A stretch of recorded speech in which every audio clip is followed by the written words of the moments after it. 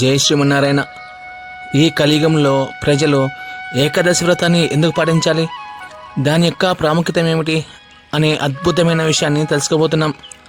హిందూ పురాణాల ప్రకారం కలియుగంలో మనిషికి శారీరక మరియు మానసిక బాధలు అలాగే ఆధ్యాత్మిక సమస్యలు ఎక్కువగా ఉంటాయి. వీటి నుండి ఉపశమనం పొందడానికి ఏకాదశి ఉపవాసం ఒక అద్భుతమైన మార్గంగా చెప్పబడింది. దీనికి గల ప్రధాన కారణాలు 5 ఉన్నాయి. 1, ఆధ్యాత్మిక పురోగతి.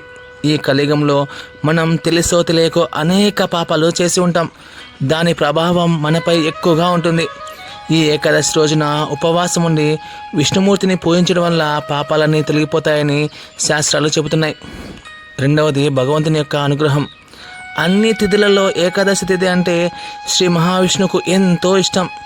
ఈ రోజున ఎవరైతే ఏకాదశి వ్రతాన్ని పాటించి ఆయన్ను సంతోషపెడతారో వారి జీవితాలు కూడా ఆనందంగా ఉంటాయని మరియు శ్రీ మహావిష్ణువు వారికి వారి కుటుంబ సభ్యులకు సర్వ శుభాలను అందిస్తారని శాస్త్రాలు చెబుతున్నాయి.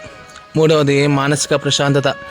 ఈ కలియుగంలో మనిషి యొక్క మనస్సు ఎప్పుడూ చంచలంగా మరియు ఒత్తిడితో నిండి ఉంటుంది. ఏకాదశి నాడు ఉపవాసం ఉండటం వల్ల శరీరంలో తమోగుణ లక్షణాలైన బద్ధకం, కోపం తగ్గి ఆధ్యాత్మిక లక్షణాలైన ప్రశాంతత, మంచి ఆలోచనలు అనేవి వస్తాయి. ఈ లక్షణాలు మనస్సును చాలా నిలకడగా ఉండేటట్లు చేస్తుంది. 4, శరీర శుద్ధి మరియు ఆరోగ్య ప్రయోజనం. 15 రోజులకు ఒకసారి వచ్చే ఏకాదశి రోజు ఉపవాసం ఉండడం వల్ల జీర్ణ వ్యవస్థకు విశ్రాంతి దొరుకుతుంది. తద్వారా శరీరంలోని అన్ని వ్యర్థాలన్నీ పూర్తిగా బయటకు పోయి శరీరం పూర్తిగా శుభ్రమవుతుంది. 5, కలియుగంలో భగవంతుని యొక్క అనుగ్రహం పొందడానికి అత్యంత సులభమైన మార్గం ఈ యొక్క ఏకాదశి వ్రతం. అందుకే కలవు వెంకటనాయక అని అంటారు. అంటే కలియుగంలో విష్ణు రూపాన్ని కొలవడం చాలా సులభం మరియు త్వరగా ఆధ్యాత్మిక ఫలితాలను ఇస్తుంది. ఈ కలియుగంలో కఠినమైన యజ్ఞాలను, తపస్సులను మనం చేయలేం. కానీ ఏకాదశి వ్రతాన్ని పాటించడం మాత్రం చాలా సులభం. మరి ఈ కలియుగంలో కలి ప్రభావం నుండి మనం తప్పించుకోవాలంటే మనకున్న ఏకైక మార్గం ఏకాదశి వ్రతాన్ని పాటించడం. ముఖ్యంగా ఈ కలియుగం అనేది చాలా దోషాలతో, ప్రమాదాలతో మరియు ముఖ్యంగా దురదృష్టంతో కూడుకున్న యుగం.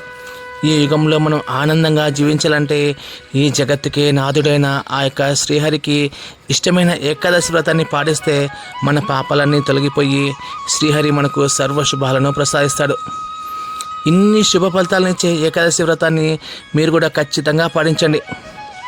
రేపే యోగిని ఏకాదశి కావున ఈ యొక్క యోగిని ఏకాదశిని ఏ విధంగా పాటించాలి అనే విషయాన్ని ఈరోజు రాత్రి 7 గంటలకి శ్రీ నరసింహకృష్ణ తెలుగు భక్తి ఛానల్లో తప్పకుండా చూడండి.